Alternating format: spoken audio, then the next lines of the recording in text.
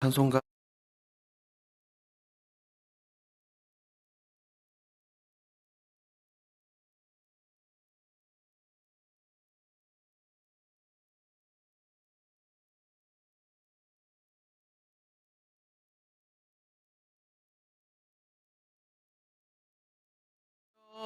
이 귀에 아무 소리 아니 들려도 하나님의 약속 위에 서리라. 걸어가세 믿음 위에 서서 나가세 의심 버리고 걸어가세 믿음 위에 서서 눈과 귀에 아무 증거 없어도 이 눈이 보기에는 어떠하든지 이미 얻은 증거대로 늘 믿으며 이 마음에 의심 없이 살아갈 때에 우리 소원 주 안에서 이루리. 걸어가세 믿음 위에 서서 나가세 의심 버리고 걸어가세 믿음 위에 서서 눈과 귀에 아무 증거 없어도 주님의 거룩함을 두고 맹세한 주 하나님 아버지는 참 미쁘다. 그 귀한 모든 약속 믿는 자에게 능치 못할 무슨 일이 있을까. 걸어가세 믿음 위에 서서 나가세 의심 버리고 걸어가세 믿음 위에 서서 눈과 귀에 아무 증거 없어도. 아멘. 오늘 함께 볼 하나님의 말씀은 구약성경 창세기 38장 27절에서 30절 말씀을 함께 보도록 하겠습니다. 창세기 38장 27절에서 30절까지 말씀입니다.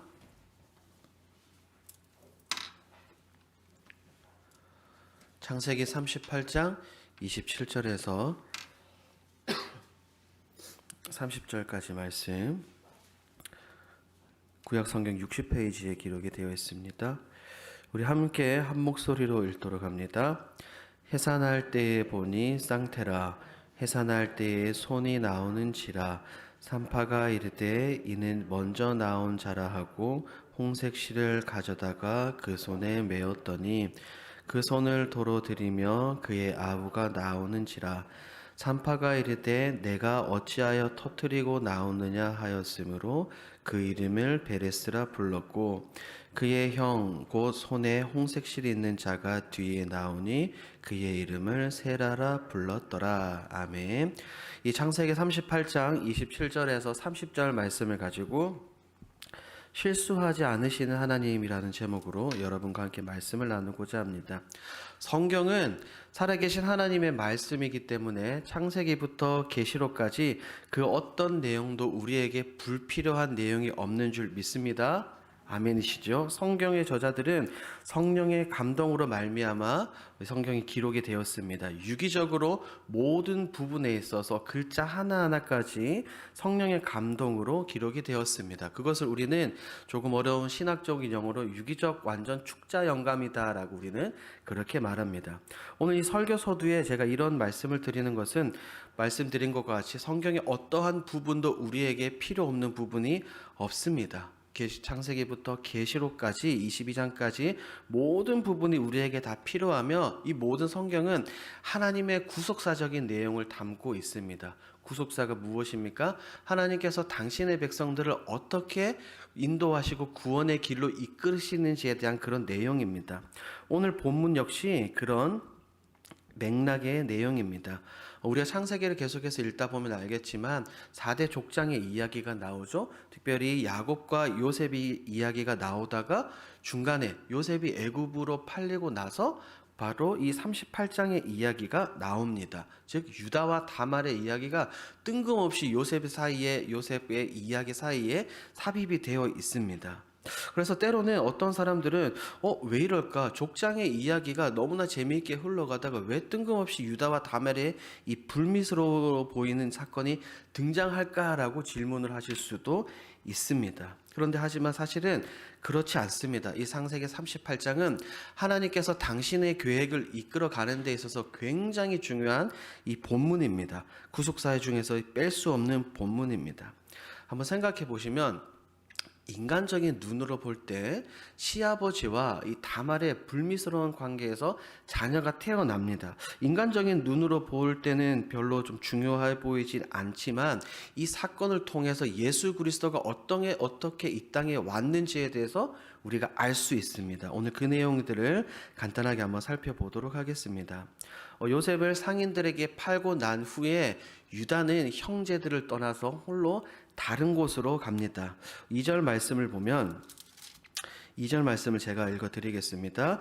유다가 거기서 가나안 사람 수아라 하는 자의 딸을 보고 그를 데리고 동침하니, 유다는 이제 형제들을 떠나서 다른 지역으로 갑니다. 그곳에서 가나안 여인과 결혼을 합니다. 그리고 3절에서 5절 말씀을 읽다 보니까 그가 3명의 아들을 낳습니다. 엘과 오난과 셀라입니다.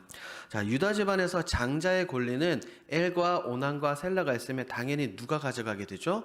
장자의 권리는 엘이 가져가게 됩니다. 그런데 6절 말씀을 보니까 어떠한 연유에서인지는 모르겠지만 7절 말씀을 보니까 무슨 이유인지는 모르겠지만 이 장자 엘이 하나님 앞에서 악을 범합니다. 죄를 범해서 하나님께서 그를 죽이십니다. 그래서 그 당시 관습이었던 계대 결혼을 통해서 이제 유다는 다말이 이제 대를 이어가기 위해서 이제 둘째 오난을 다말에게 들어가게끔 이렇게 해주는 모습을 볼 수가 있습니다. 하지만 둘째 오난은 이제 다말에게 들어가서 마땅히 행해야 될 그 의무를 행하지 않습니다. 이 역시 오난 역시 하나님 보시기에 매우 악한 행동을 합니다. 그래서 10절 말씀을 한번 볼게요. 그 일이 여호와가 보시기에 악함으로 여호와께서 그도 죽이시니. 그러니까 둘째 오난 역시 하나님께 벌을 받아 죽임을 당합니다. 이 계대 결혼은 당시 매우 중요한 관습이었습니다. 성경의 다른 부분에서도 우리가 살펴볼 수 있는데 그 대표적인 예가 바로 룻기에 등장을 하죠. 룻과 보아스의 사건을 통해서 우리는 그 계대 결혼의 중요성을 알 수가 있습니다. 룻이 남편이 죽었기 때문에 친족들 중에서 누군가가 룻에게 들어가서 룻과 동침을 하고 자녀를 낳아서 이 대를 이어가는 그 의무를 다해야 되는데, 룻기에서 살펴보면 결국 그 의무를 누가 다하게 되죠? 보아스가 다하게 되는 모습을 볼 수가 있습니다. 이것이 당시의 관습이던 계대 결혼의 의무입니다. 이것을 히브리어로 고엘이라고 표현하는데 이것은 무르다라는 의미를 가지고 있습니다. 이것은 장차 예수 그리스도께서 이 땅에 오셔서 우리의 죄를 가져가는 그런 의미도 포함하고 있습니다.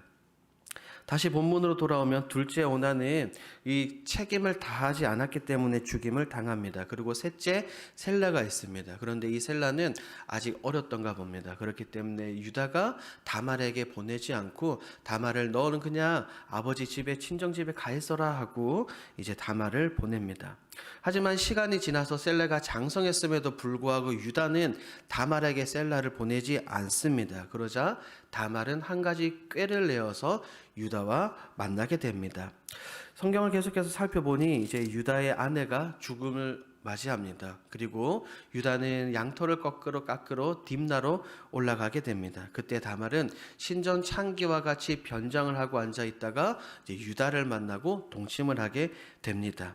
당시 신전 창기와 매춘을 하는 것은 유대의 관습법이 아니라 그것은 당시 가나안 이방 사람들이 하는 제사 의식 중에 하나였습니다. 그러니까 유다가 사실은 그때는 조금 타락했고 가나안에 많이 이제 가나안화되었다는 것을 우리는 성경을 통해서 살펴볼 수가 있습니다. 자, 유다가 다말과 동침하고 3달 이후에 유다는 다말의 임신 소식을 듣게 됩니다. 그리고는 어떻게 표현하죠? 그녀가 행음을 했으니 그녀를 불태우라라고 이야기를 합니다. 하지만 곧 자신의 행위 때문에 다말이 임신한 것을 알게 된 유다는 26절과 같은 말을 하게 됩니다.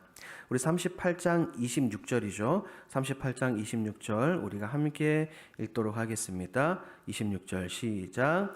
유다가 그것들을 알아보고 이르되 그는 나보다 옳도다. 내가 그를 내 아들 셀라에게 주지 아니하였음이로다 하고 다시는 그를 가까이 하지 아니하였도다.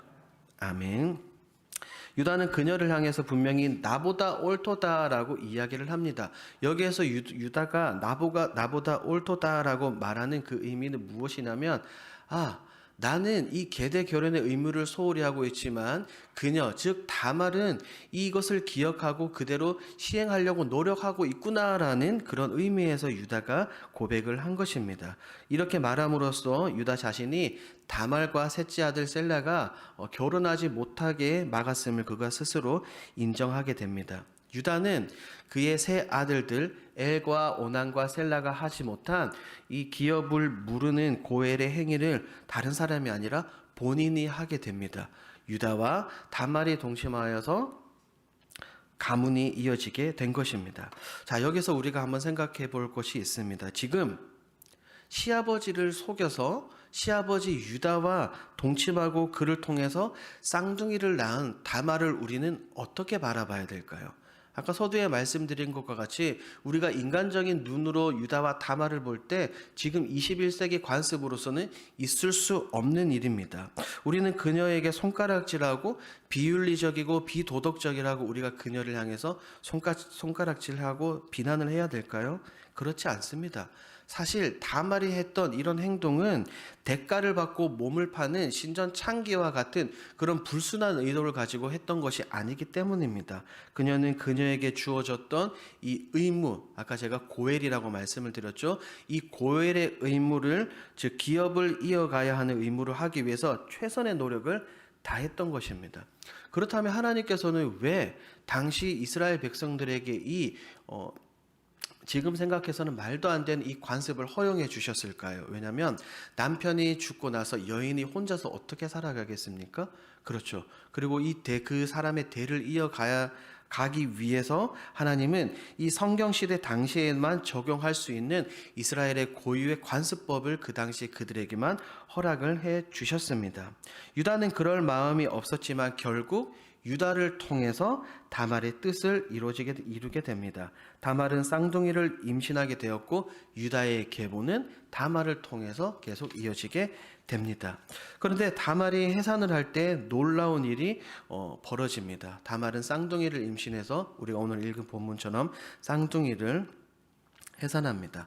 다말의 해산 때 산파는 아기를 받으면서 장자를 식별해야 되겠죠. 장자를 식별하기 위해 세라의 손에 홍색 실을 묻습니다. 즉 첫째 장자에게 홍색 실을 묻습니다. 하지만 세라가 나오기 전에 어떻게 됩니까?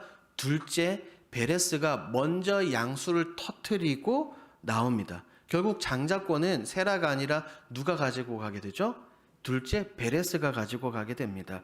둘째 베레스가 첫째가 되어서 장자권을 가지고 가게 됩니다. 여기에서 우리는 성경에 등장하는 인물들을 생각해 볼 수 있죠. 누구를 생각할 수 있죠? 둘째가 첫째가 된 거, 아우가 형을 다스리게 된 거, 야곱과 에서 이야기도 우리가 생각할 수 있습니다. 자, 분명히 우리는 인간적인 눈으로 볼 때 시아버지 유다와 며느리 다말에게서 나온 자녀에 대한 인식이 좋지는 않습니다. 하지만 이 둘의 관계에서 나온 장자권을 획득한 베레스는 곧 어떤 사람이 될까요? 흔히 창세기에서 우리가 4대 족장을 아브라함, 이삭, 야곱, 요셉이라고 생각을 해서 예수 그리스도께서 이 요셉 지파에서 나온다라고 생각을 하지만 그렇지 않습니다. 예수님은 어느 지파 사람일까요? 어느 지파 출신일까요? 유다 지파입니다. 오늘 본문에 등장하는 유다 지파예요. 오늘 함께 나눈 이 말씀, 유다와 다말을 통해서 태어난 베레스, 인간적인 눈으로 볼 때 말도 안 되는 상황이지만 이 베레스를 통해서 후에 누가 등장한다고요? 예수 그리스도께서 등장합니다. 성경 곳곳에서 이를 증언하고 있습니다. 마태복음 1장 3절입니다. 유다는 다말에게서 베레스와 세라를 낳고 베레스는 헤스론을 낳고 헤스론은 남을 낳고, 예수 그리스도의 그 족보 위에 세라가 등장하고 있는 것이 다른 사람이 등장하고 있는 것이 아니라 누가 등장하고 있죠? 베레스가 등장합니다. 누가복음 3장 33절입니다. 그 위는 아비나답이요, 그 위는 아니요, 그 위는 헤스론이요, 그 위는 베레스요, 그 위는 유다요. 그러니까 베레스가 예수 그리스도의 조상이 되는 거예요. 그리고 우리가 구약을 보면서도 알 수 있는데, 룻기 4장을 보면 이제 족보가 쭉 등장하는데 베레스의 이름이 분명하게 거기에 들어가 있습니다. 보십시오. 다말과 베레스는 분명하게 예수 그리스도의 족보에 올라가 있습니다. 인간적인 눈으로 볼 때, 제가 서두에 말씀을 드렸죠. 이 38장 내용이 인간적인 눈으로 볼 땐 불필요해 보이고 비도덕적이고 비윤리적으로 보이는 이 다말과 유다의 사건을 통해서 하나님은 무엇을 이뤄 가십니까? 섭리, 당신의 백성을 어떻게 당신의 구원의 길로 인도하시는지를 우리에게 선명하게 보여주고 있습니다. 유다와 다말이 아니었더라면 장차 누가 없게 되는 거예요? 예수 그리스도가 없게 되는 겁니다. 그렇기 때문에 이 38장 본문의 사건은 예수 그리스도의 탄생에 대한 그림자라고 우리는 볼 수가 있습니다. 그리고 아까 제가 서두에 계대 결혼을 잠시 언급하면서 고엘의 의무에 대해서 잠시 말씀을 드렸습니다. 이 38장에 등장하는 이 사건은 예수 그리스도의 계보를 이루는 언약의 흐름과 고엘로서 예수 그리스도의 대속사역, 곧 죄를 대신 지시고 십자가에서 죽음이 모형과 예표로 이미 38장에 담겨져 있습니다. 이 고엘은 곧 예수 그리스도의 십자가 죽음에 대한 모형입니다. 우리가 알 수 있는 것은 이 38장 본문에서 하나님의 언약을 불성실하게 다루는, 유다는 이 계대 결혼의 의무를 중요하게 생각하지 않았습니다. 불성실하게 행했죠. 이 타락한 가정에서 다말이라는 이 여인을 통해서 언약의 계보를 이어가는 하나님의 섭리, 하나님의 구속사를 우리는 볼 수가 있습니다. 하나님의 백성들이 이처럼 정체성을 잃고 언약을 잊어버리고 무너져 내려갈 때도 하나님께서는 때때로 인간이 생각하고 보기에 말도 안 되는 방법을 통해서, 극단적인 방법을 통해서 하나님의 역사를 이뤄가심을 우리는 볼 수가 있습니다. 오늘 말씀의 제목이 바로 실수하지 않으시는 하나님입니다. 우리 사랑하는 동광의 성도 여러분, 우리는 이렇게 실수하지 않으시는 하나님을 바라보며 끝까지 신뢰하고 믿고 나아가야 될 줄 믿습니다. 이제 2022년이 밝았습니다. 우리는 22년을 어떻게 살아가야 되겠습니까? 본문에 등장하는 하나님의 주권적인 섭리, 하나님의 주권적인 은혜를 기억하시며 살아가면 좋겠습니다. 때로는 우리의 삶 가운데 이해가 되지 않고 용납되지 않는 일이 아무리 벌어진다 하더라도 이 모든 것을 선하게 이끌어 가시고 이 모든 것을 당신의 계획 안에 두신 그 하나님을 철저히 신뢰하시기를 주님의 이름으로 소망합니다. 가장 좋은 때에 가장 선한 것으로 채워주시는 하나님, 보이지 않는 하나님의 이 손, 하나님의 섭리, 능력을 의지하면서 나아가는 우리 사랑하는 동광의 모든 성도들이 되길 주님의 이름으로 소망합니다. 기도하겠습니다. 하나님 아버지 감사합니다. 오늘 창세기 38장 말씀을 통하여서 이 38장 말씀이 우리에게 얼마나 중요한 역할을 하는지 다시금 깨닫게 해주시니 감사합니다. 하나님, 때로는 우리 인간의 눈으로 보고 인간의 생각으로서는 이해할 수 없는 사건들이 많습니다. 하지만 하나님께서 모든 것을 주관하시고 하나님께서 모든 것을 인도하시는 줄 믿습니다. 사랑하는 우리 동광의 모든 성도들이 2022년에 보이지 않는 하나님의 그 능력, 하나님의 손을 의지하며 살아갈 수 있도록 주님 붙들어 주옵소서. 감사드리며 예수님의 이름으로 기도합니다. 아멘. 하늘에 계신 우리 아버지여, 이름이 거룩히 여김을 받으시오며 나라에 임하옵시며 뜻이 하늘에서 이룬 것 같이 땅에서도 이루어지이다. 오늘날 우리에게 일용할 양식을 주옵시고 우리가 우리에게 죄 지은 자를 사하여 준 것 같이 우리 죄를 사하여 주옵시고 우리를 시험에 들게 하지 마옵시고 다만 악에서 구하옵소서. 대개의 나라와 권세와 영광이 아버지께 영원히 있사옵나니